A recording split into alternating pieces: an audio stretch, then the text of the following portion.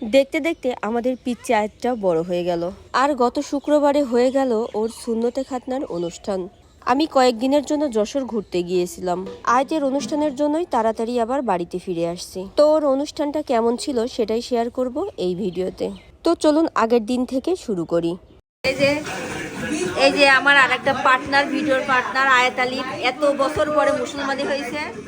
তো কালকে ওর মুসলমানের অনুষ্ঠান হবে। আজকে রাত্রে ওকে মেহেদি পড়াচ্ছে। আজকে আয়াতের মেহেন্দি রাত। যেহেতু ওর একটা সুন্দর দিন, তাই তো হাতে মেহেদি পরাইতেই হয়। এজন্য খুবই অল্প সময়ের মধ্যে সিম্পল একটা মেহেদি ডিজাইন ওর হাতে দিয়ে দিলাম। আর আমাদের পাশে বসেই সবাই মিলে রাতের বেলায় পেঁয়াজ রসুন কাটাকাটি করছিল।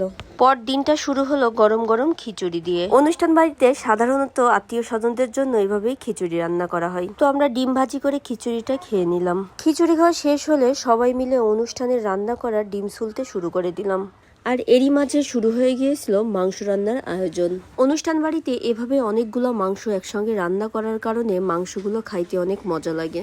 এজন্য আমাদের সবারই অনুষ্ঠান বাড়ির মাংস খাইতে মন চাই। তাই আমরা বাড়িতেও মাঝে মাঝে এভাবে রান্না করার চেষ্টা করি।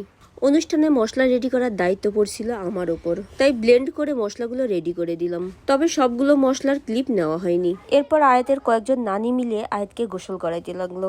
দেখে মনে হচ্ছিল আমাদের পিচ্চিটার বিয়ের গোসল। গোসল কমপ্লিট করে আয়াত গেল রেডি হইতে।